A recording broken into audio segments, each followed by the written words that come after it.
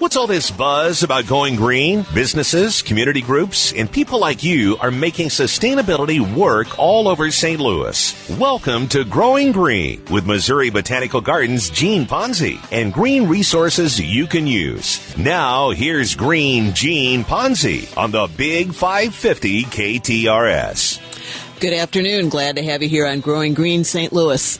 So you may have heard the term fair trade applied to certain kinds of goods, coffee, chocolate, things made by artisan. Sometimes that's a certification. It's definitely an idea. It's a practice about making sure that the person who makes or grows the stuff that we love, that we use, especially exceptional items, is paid a fair wage and is working in conditions that are healthy for that individual and healthy for the environment. A business in St. Louis, a nonprofit and a business nonetheless, that embodies those characteristics and so much more, beauty and love and creativity and compassion and transformation, is my guest on the show today. The Blessing Basket Project founder and director and the woman behind those baskets, Theresa Carrington, with me here at KTRS. Theresa, so glad to meet you. Oh my gosh. You know, we have talked on the air many times. But never met before. What a privilege for me to be able to finally meet you in person and get that giant Gene Ponzi hug I've been waiting for. So yes, really honored to be here today. The privilege is mutual. Theresa, I have to say, when I met you, you are much younger than I thought you would be, given the story that I know you have to tell about your life and about the turnaround in your life that gave rise to the Blessing Basket Project. Yeah, we're talking just before we came into the studio here today, and I always tell people I used to be a tall blonde supermodel before I started this work, and now I'm not. So thank you for that compliment. That's really wonderful. Yeah, so I actually just celebrated my 46th birthday, and Blessing Basket Project has now been around for almost a decade. We'll celebrate 10 years next April, and so we're very excited about that. But yeah, the Blessing Basket Project was born out of personal tragedy. There was a little basket that was a point of transformation and a very low point in your life. That's exactly right. People around me started giving me cards and letters of support during this really difficult time. And there were days I would come home from work and say, you know, I can't keep going. I can't make it. And I would look, and there would be the basket filled with all of these beautiful cards and letters. And sometimes I would reread them and get strength from the messages that people had written there. And I thought, you know, I owe it to these folks who have invested in me, a card, a nice note, whatever they've done. I owe it to them to keep going.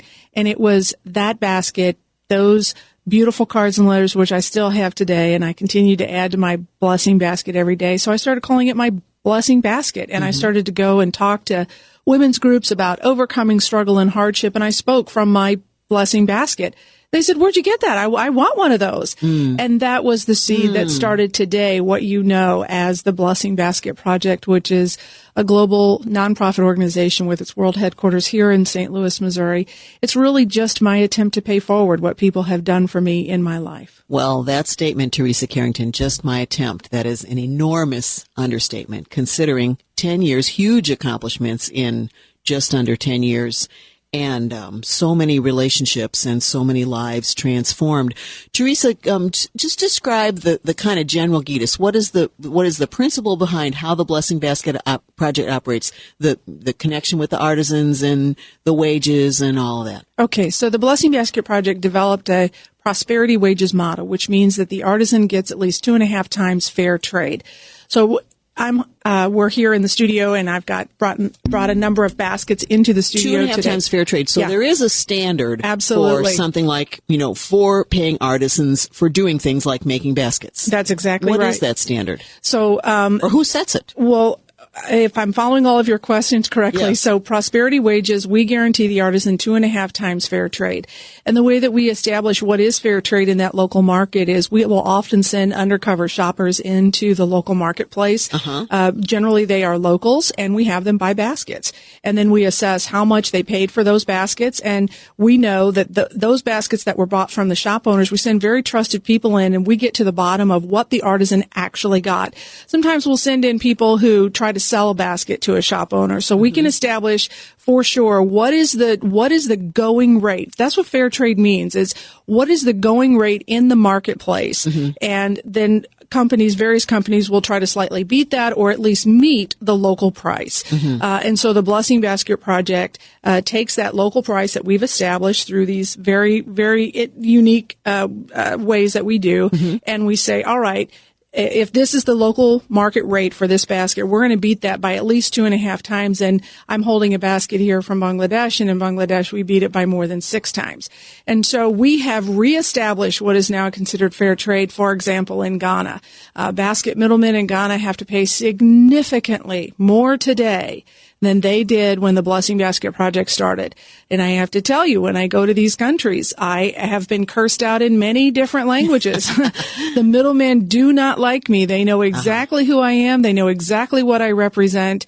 And they know that when the Blessing Basket Project enters the area, that things are going to change. They are no longer going to be able to earn the money that they had been earning on baskets as middlemen, because we educate not only our artisans, but knowledge transfers quickly in these kinds of communities. And so I have watched non-Blessing Basket Project artisans tell middlemen that if you don't pay my price, I'll just go sell it to Blessing Basket. And the truth is that's really not true, because we can only accommodate so many artisans at one time, but they use us as leverage. So even though, I love it. We love it because we want to make sure that those artisans are empowered. So it's not just the few thousand artisans that we work with directly that benefit, but it's entire regions, it's entire communities, because knowledge transfers very, very quickly. So, Theresa Carrington, there's a big leap there in your story between your life in, did you live in Edwardsville? Yes. Originally? Okay. Yeah. So your life in the Metro St. Louis area, Edwardsville, Illinois, to third world countries and connecting with artisans, probably primarily women. What got you to make that leap from your experience of your own personal Blessing Basket and that turning point in your life to places in the world where baskets are made? Well, as with all of these kinds of things, it was a bit of a journey. To condense that journey, I started bringing in a basket from a middleman in Arizona, because women were wanting these blessing baskets. So I was encouraged by a group of St. Louis businesswomen to do something about the idea. So I put the concept of using the basket as a place to keep things that inspire you, and put it on a card and started attaching it to a basic basket that I was getting from a basket importer out in Arizona. And they started selling. And it bothered me as I began to get calls in from women who were saying this basket changed my life. I wish to this day that I'd saved those phone recordings. This was back in the day when you hit the flashing button right. and, your messages played. And they would call and say, I got so-and-so gave me a blessing basket as a gift. My husband died. I keep pictures of him in this basket. And on the days when I think I can't make it, I go to the basket and it's changing my life. And as I ship these baskets out, and I'm working full time, I'm raising 2 children as a single parent, and this thing is just happening. It's just growing. And on the bottom of every basket, it said made in China. And I thought, I don't even know who's making these things. And there's got to be a way that we can bless the maker of the basket like we're blessing the recipient. And that began the journey to find countries, to find developing countries, to find really impoverished people. I grew up very poor, and I thought poverty is close to my heart. And I first wanted to start it here in the United States. And I wanted to start it in the Appalachian Mountains. So I called a professor who had done a deep study on the Appalachian Mountains. I found his home phone number, called him at home. I'm sure he quickly changed his number after that. But I called him at home and I said, here's who I am. Here's what I want to do. And I'm going to take this thing, we're going to change poverty in the Appalachian Mountains. And he was very quiet. He listened to everything I had to say. And then he said, that's not going to work. And I was like, what do you mean it's not going to work? He was calling my big idea ugly. And I was like, what do you mean it's not going to work? Of course it's going to work. He said, well, the people of the Appalachians can't weave baskets. Oh, okay. So there's a detail I hadn't thought of. He was the one that said, you've got to take this to the world where weaving is indigenous. And that started the journey to try to find artisans all over the world. And so I went to a place called the Mountain Forum, which still exists today. And it's an online sort of chat room, talking group, bulletin board, if you will. And I told them, here's who I am and here's what I wanted to do. And there was one of these forums for every continent in the world. And so I put out my posting to every continent in the world. When I tell the story a little more briefly, I say I sent an email to the world, and that's what I was doing. And overnight, I heard from 12 countries. And within 2 weeks, we were up to 25 countries and more than 80 inquiries, and I had no idea what I was going to do. So that's how it all started. You mentioned you were working full-time and raising your children. What kind of work did you do before the Blessing Basket Project, Theresa Carrington? I was a journalist. And had been a journalist for about 20 years. And here in St. Louis, I worked for Channel 2 News, and I also worked for Channel 4. Actually started at Channel 4 and then went to Channel 2. And so I know Randy Naughton from Channel 2 is here on the Big 550. And so met her actually as she was headed out of the studio today when we were doing our recording. So I've got some wonderful friends still in the industry. And I believe that we are all uniquely equipped. You might be going through something in your life right now and think, gosh, why is this happening to me? Why is this happening to me? Or you may be in a job that you're thinking, why am I working here? What does this have to do with the things that of my hopes and dreams? And I have to tell you, my time as a journalist prepared me to tell the stories of the women of the world. The tragedies that I've been through in life have prepared me to talk to them in a way that is truly unique. So whatever you're going through right now, whatever job you're in, whatever personal things you might be dealing with, just trust that you are being uniquely equipped to do something amazing. I think it is a great blessing for any individual to be able to look at the stuff of our life and see how all of that fits together, and all of that is the path that we are moving on and able to use the resources that we're able to use in our life. Exactly right. So you got to get past maybe some anger that you might feel for certain circumstances and look at it as a blessing, because I'm here to tell you, you're uniquely equipped. Theresa Carrington, my guest on Growing Green St. Louis today. She is the founder of the Blessing Basket Project. You've seen these beautiful baskets at places like the Garden Gate Shop at the Missouri Botanical Garden, my workplace. You've seen them in Whole Foods markets. And in the next section, we'll get Whole Foods St. Louis marketing manager Marcia Whelan on the line. She has traveled with Theresa Carrington and been to the places where people are weaving blessing baskets. This is Growing Green St. Louis on the Big 550 KTRS. Green is growing all over St. Louis. Here again with Sustainable Success Reports is Green Gene Ponzi on the Big 550 KTRS. You know, I think this is one of the most resourceful as well as the loveliest sustainable success reports we've been able to bring to you on Growing Green St. Louis, talking today about the Blessing Basket Project, which is based in St. Louis and has been radiating blessings out through countries around the world. Founder of the Blessing Basket Project, Theresa Carrington, is here in the studio. Yes. And joining us now by phone is Marketing and Community Relations Specialist for Whole Foods, Marcia Whelan. Good afternoon, Marcia.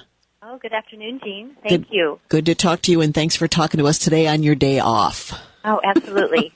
So, in 2004, a meeting took place between a small nonprofit, very, plucky nonprofit, the Blessing Basket Project, and the mothership of natural food, holistic, organic, green living in a marketing context, Whole Foods Market. How did that come about, ladies?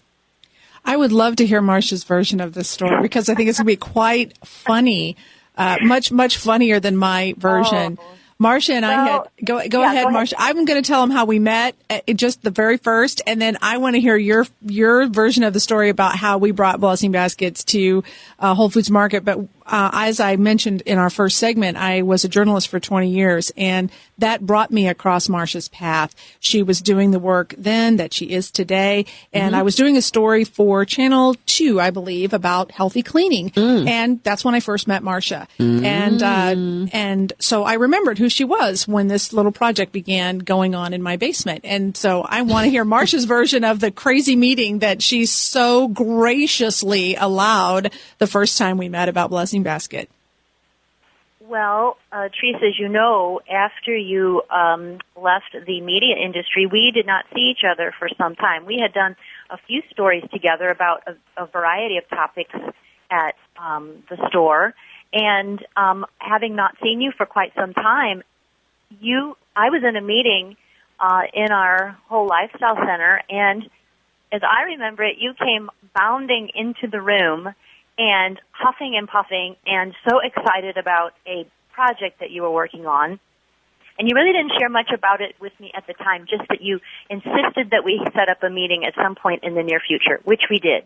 So I'm like, oh my God, what was that about? Did you have a basket in your hand at that time, Theresa? I don't think so. No. I don't think so.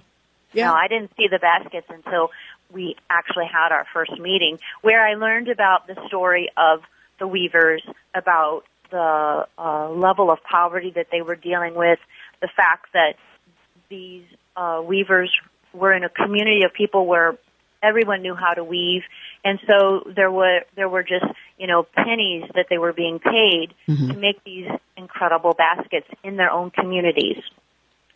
So at that time, Theresa also showed me some of the baskets, and I just thought that they were beautiful. And the whole idea was that we would be their marketplace, since they really didn't have a viable marketplace in their own communities. So we would sell the baskets to our customers because they were going to be priced at a very reasonable price point, and they were of such a quality that we felt that they would fit right quality items that we sell at our stores. So I showed the baskets to our store team leader, who was T. Ayer at the time, and she thought they were lovely and beautiful and said, yes, let's sell them. Sounds like a great idea. So we started selling them. Within the first few months, I started thinking about this whole project a little bit deeper and realized, I don't think that it feels right to me that we're going to make some money off of people that are starving and people that cannot send their kids to school or buy school supplies. It just didn't feel right. So I went back to my store team leader and said, what I'd really like to do, this is kind of a crazy idea, but I'd really like to take all the profits that we make from the sale of the baskets and send them back to the communities where the baskets are made. And by the way, let's surprise Theresa with this decision. And she thought that was a great idea. And so we started on paper, marking the number of baskets that we sold, which countries they came from. We were doing this all by hand, but over a period of 10 months, we accumulated $10,000 for the village of Niarga, where a lot of our baskets are made. And so we invited Theresa to a meeting where all the team members get together at that time once a month, and I had asked her if she would do some kind of a presentation to the team members to educate them a little bit more about the baskets, because it was such an amazing story, which we really did want her to do. But the real focus of that meeting was to surprise her with a check for $10,000. Yeah. which we then was used via the recommendations of the chiefs of Niarga and Theresa and the Blessing Basket staff, that the best thing to do with that money was to build a school for the junior high girls, which was completed at some point after we made that decision. So it's just a beautiful, lovely story, and there is now a school for the junior high girls in Niarga, Ghana. I would imagine that that would be a level of an age of girl that would be out of school by that time. So that would be giving girls a chance to continue their schooling beyond a point where they would be expected to work or even to start bearing children. You hit the nail on the head. Yep. Prior to the school, because there was no formal school, the girls would complete the 5th grade if they got lucky, and then they were expected to begin into marriage, or some of them were just literally sent away from home because poverty was so great. The parents said, good luck out there, and just literally had to release the girls. And that's not the case today. That's not the case today. And because of that school, because of Marcia's brave decision and the brave decision of her store leadership, we were able to build that school. And Marcia would return with me to Ghana, Africa. She went in 2009 as we commissioned a second building that we built there, and then she returned again this summer to help build a computer lab for the girls' school. That girls' school has gone on from an initial enrollment of 20 girls, and they now boast an enrollment of, the last number I heard was 135. Our girls have higher than average in the country test scores. More of our girls will go on to enter high school than the national average. Our girls have an award-winning soccer team, or football team, as they call it there. Football. Yes. And that all started because of St. Louisans, all because of your listeners, that they walked into a Whole Foods Market store, they bought a basket. Whole Foods Market is an incredibly unique company. I've had the true privilege of being in on some meetings about how they do their planning, and I'm not unique. They bring in what they call vendors or partners from all over and allow us to take a look inside to this amazing company. Any company that enabled Marcia to give away the kind of money that she did on just a single yes. There was no flagpole. They had to fly it up to empower T. Ayer to make that decision that day. That is an incredibly well-run company because they empower their people. And look what happened. Marcia said yes. T said yes. St. Louis said yes. And now, across 7 countries, thousands and thousands of people's lives are different today because of it. A very, very compelling spokesperson for her own project is Blessing Basket founder Theresa Carrington here in the Growing Green St. Louis studio at the Big 550 KTRS. Joining us by phone, Marcia Whelan, who is the marketing director for Whole Foods Markets in St. Louis. And how long have you been with Whole Foods, Marcia? Over 12 years now, Jean. Okay, so you are very well connected and very well interconnected in the company as a whole. I know that you are. Mm-hmm. I want to talk for just a minute about before I get into the baskets themselves, there are several sitting on the counter here in the Big 550 studio, and they're lovely. I have a bunch that I use and we use at work, and I've given many as gifts. They are just really one of the most wonderful kinds of goods that you can get today, practical and beautiful and beneficial. But I want to ask you a little bit about it's gone completely out of my mind. See, that's what happens to me in social work here. I'll start with a sentence and I'll go, hey, what? Oh, I know what I want to say. The big thing is here that is an environmental fact. Mm-hmm. It is one of the key environmental and social, when you talk about the triple bottom line, people, planet, profit of sustainability, the empowerment and the education of girls and women is a single thing that can be done in countries around the world, including in the U.S., including at our top of the food chain, to alleviate poverty, to turn around situations of environmental degradation, to increase community health, personal health, individual health. That is a measure that has been identified by international authorities of many, many kinds. So the school that you all have built and are sustaining over time, as well as livelihoods for the weavers, I would imagine many of them, if not most, are women. Yeah, very significant implications there. Most of our artisans are women. In Ghana, we have about an 80-20 split. About 80% of our weavers are girls and about 20% are men. But that's the only country where we have men that weave because, frankly, weaving is considered women's work around much of the world. So, So without, the help of Whole Foods Market, enabling that market, we couldn't have done what we did. We're going to take a break on Growing Green St. Louis when we come back with Theresa Carrington of the Blessing Basket Project and Marcia Whelan of Whole Foods Market. We'll talk more about the baskets themselves and, the process of getting this kind of a partnership to be an economically viable as well as a socially beneficial enterprise. I'm Green Jean Ponzi from the Missouri Botanical Garden on the Big 550 KTRS. Green means sensible thinking, sustainable action, budget savings, and better health. Here with more on Growing Green is Missouri Botanical Gardens' Jean Ponzi on the Big 550 KTRS. And on today's Growing Green St. Louis, green also means blessings, great blessings of prosperity and education and quality of life for women and girls in the world that are weavers for the Blessing Basket Project. Based here in St. Louis, you've seen these beautiful baskets in phenomenal displays at Whole Foods Markets in St. Louis. You can see them at the Missouri Botanical Garden, Garden Gate Shop, other Whole Foods around the country. My guests are Theresa Carrington, founder of the Blessing Basket Project. Find them online at blessingbasket.org. And joining us by phone, Marketing Director for Whole Foods in St. Louis, Marcia Whelan. So ladies, when in the last segment, you alluded to the fact that you've traveled together to countries where the baskets are made. Tell us a little bit more about what you experienced, what you saw, what life is like, and what kind of transformations you are seeing taking place, in addition to the school that was built with support from Whole Foods donations. Well, I would love to hear from Marcia on this one. You know, I travel every year, and I've been to all of our countries many times. And but you know, it was a true privilege to be able to take Marcia for her first trip in 2009, and then she's subsequently visited after that. And Marcia, I heard that it was kind of like traveling with a Tasmanian devil to go with Theresa Carrington. You were kind of a basket case in that partnership. Yeah. No pun intended, right, Jean? Yeah, not much. What did you see?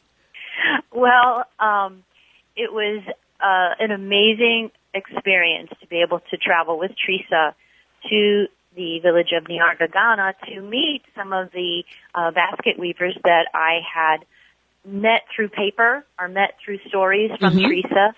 And it's a trip I refer to as the trip of joy, my trip of joy.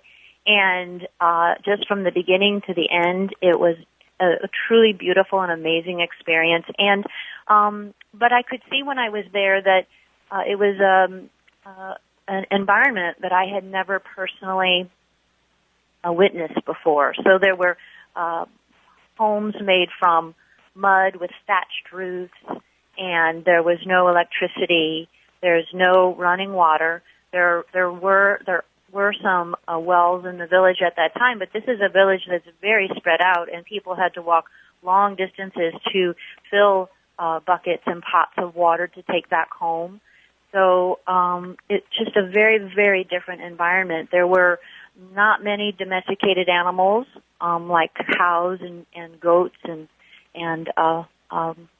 chickens or roosters at that time.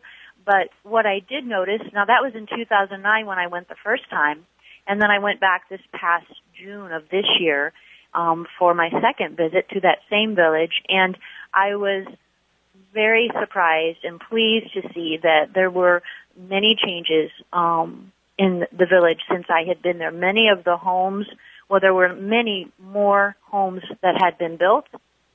There were businesses that had been built and started. Many of the new homes had tin roofs, which would enable them to maintain their integrity when it rained. There was some electricity, minimal electricity, but it was coming to the village, and there were many cows and goats and guinea fowl and chickens and roosters everywhere. I mean, the landscape, just looking across the landscape, I was pleasantly surprised at how different it looked to me from having been there for my first time in 2009. So a 3-year difference, a substantial, really sweeping difference in quality of life. Absolutely. It was a really big difference.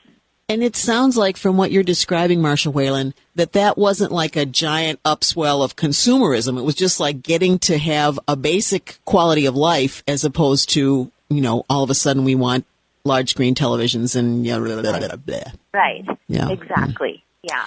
Yes. And despite the differences or what I might have perceived as their lack, what I also noticed both times that I went, that the weavers are a very joyful people, and they're very community-oriented, and it seemed to me that they weren't behaving in a way that showed to me that they were experiencing the lack that I thought that they were experiencing, and I came home with that such a strong feeling like I'm the one that's lacking. I want to create that kind of joy and family and community in my life. Not that I don't have it. It's just that there's so much a stronger sense of community and how much time they spend together and help each other out and the kids all playing together. And it's difficult to describe, but it was very a big difference, I think, in many of our lives in this country. One of those things where when you buy a gift for someone or you buy useful thing for yourself. I have a basket like the one here on my left, Theresa, that's a big round one. It's got a big handle. It's got a beautiful braided leather cover on the handle that I take back and forth when I'm giving talks. It sits out at a table with me. I have another one that I take when I'm taking trips with family, bottles of wine, hostess gifts go in there, my socks. That you can have something that use it over and over and over again. Yeah. It's beautiful. And what the impact of that thing in your life and in the lives of the makers can be. Yeah, exactly. And, we couldn't, it's so wonderful for me to hear Marcia's description of the difference that she saw in 2 years. So I started going to the village of Niarga in 2007. And you could not scan the landscape and find a single animal.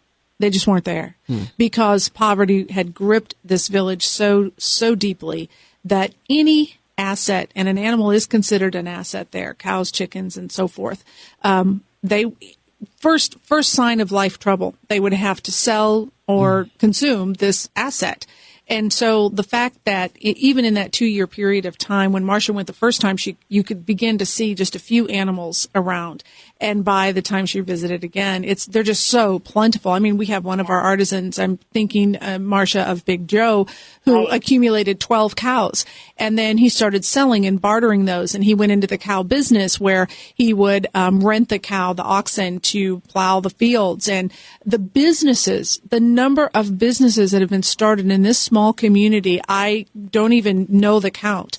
So many women have gone into business, and that is the goal of the Blessing Basket Project, that they weave for a certain period of time, they acquire sufficient wealth, and then they're out. We graduate them out, and that's something that Marcia got the privilege of witnessing this time around, was a graduation ceremony where the artisans officially leave the organization because they are now busy running their various businesses, which is that sustainable exit to poverty. Wonderful statement. A wonderful statement. The Blessing Basket Project, based here in St. Louis. Marcia Whelan, we just have a minute or so left in this segment. How has your interaction with the Blessing Basket Project and your company, Whole Foods, interaction with this enterprise and all of its elements impacted, the way that you all do business, the way you think about working with entrepreneurial, efforts? Is there anything else you'd like to say about that, about the impact on Whole Foods? Well, what I do see very directly is the impact on my fellow team members. It's a project that, particularly for those of us who work in the two St. Louis stores, the Brentwood store and our Town and Country store, it's our culture that we started this project here in St. Louis, which has expanded into every store we are part of what's called the Midwest region, and there's now like 44 stores. All of them buy the baskets. All of them have adopted the model that we started to send back all of the profits. And then outside of St. Louis, there are other Whole Foods Market stores. Theresa, you might correct me. The last time I checked in, we were at over 130 Whole Foods Market stores. That's right.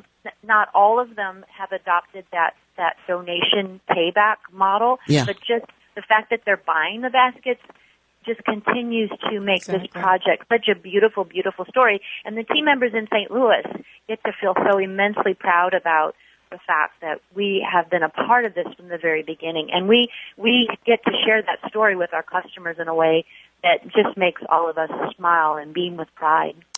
Good work. Such very, very good work, and so many benefits accruing here. Marcia Whelan, I'm going to let you go. Thank you so much for talking with us on Growing Green St. Louis. Thank you very much.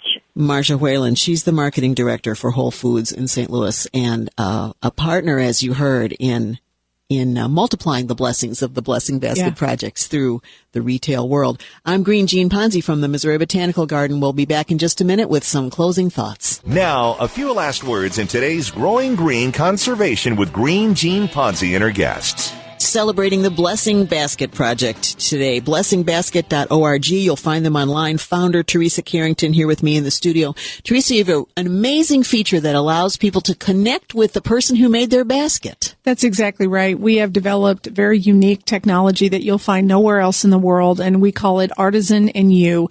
Every basket, a Blessing Basket today sold from Ghana, Uganda, and Bangladesh have been equipped with a very special number. Go to our website, put in that number. Up is going to come a picture of your artisan. You're going to know everything about them, their family, how old they are, what their children are doing, what they're doing with their money, et cetera, et cetera. And you're able to write them a letter. When they get paid the next time, that letter pops up on the screen in their country. It will be read to them in their local language, and they can respond back. This is just the beginning of the iceberg, the tip of the iceberg, I should say. Yeah. We have so much technology that we are already, it's been developed. We've done this in connection with Syntech LLC. They are our technology partner. We dream it, they build it. And this is supplier transparency all the way back to the artisan who made your basket. Very soon you'll see a born on date of your basket and be able to track its entire lineage. Could I communicate with an artisan and ask her or him to make baskets for me specifically? Is that a possibility? That's going to be coming. Our ultimate goal is to turn the market directly over to the artisans. Organizations around the world make billions, if not millions, if not billions of dollars, protecting that market. And the Blessing Basket Project has developed and is in the process of patenting several technologies and processes that will enable you to reach out directly and order from that person. And we're working very hard toward that. It sounds like that's a way to give a person who is a master weaver, who, for example, you mentioned people graduating out of the Blessing Basket Project cadre of weavers to continue to make a living doing that and developing her or his craftsmanship and artistry and have a market available. Exactly. What a wonderful idea. That's exactly right. Yeah. So we're very proud of the technology. It exists nowhere else in the world. It's very forward thinking. And we've really not helped the world unless we've left the artisans in a way that they can continue this prosperity on their own. Once they graduate from our program, they're busy running their businesses and they've sustainably exited. And so I've had to do a lot of self-reflection of what is our final mark? What is the gift that we're going to leave behind? And the greatest gift that we can give to the world is direct access from the developing world to the markets that other organizations, frankly, try really hard to protect. And we are about to blow the door wide open. We're fine-tuning a few last things, but it's here, it's now, and it's going to happen. Forming relationships, that's what Ecologic is all about. And having those relationships be responsible, be equitable, be generous, be full of love and blessings. What a great example the Blessing Basket is. And you are, Theresa Carrington, of making that work in a business sense and much more than a business. Well, we couldn't do it without friends like you. You're an amazing woman, and we continue to be ever grateful to be a Gene Ponzi and the Gene Ponzi fan club. So thank you so very much for the opportunity to talk thank you today. for the gift of this beautiful. It's a bowl-shaped basket. It's cobalt blue and kind of cream color weaving, and I will look forward to filling that with fruit. Yep, or other goodies. Yeah, and track your artisan online. Will do. Thank you, Theresa Carrington. Thanks to Marcia Whelan of Whole Foods, blessingbasket.org. I'm Green Jean Ponzi from the Missouri Botanical Garden on the Big 550 KTRS.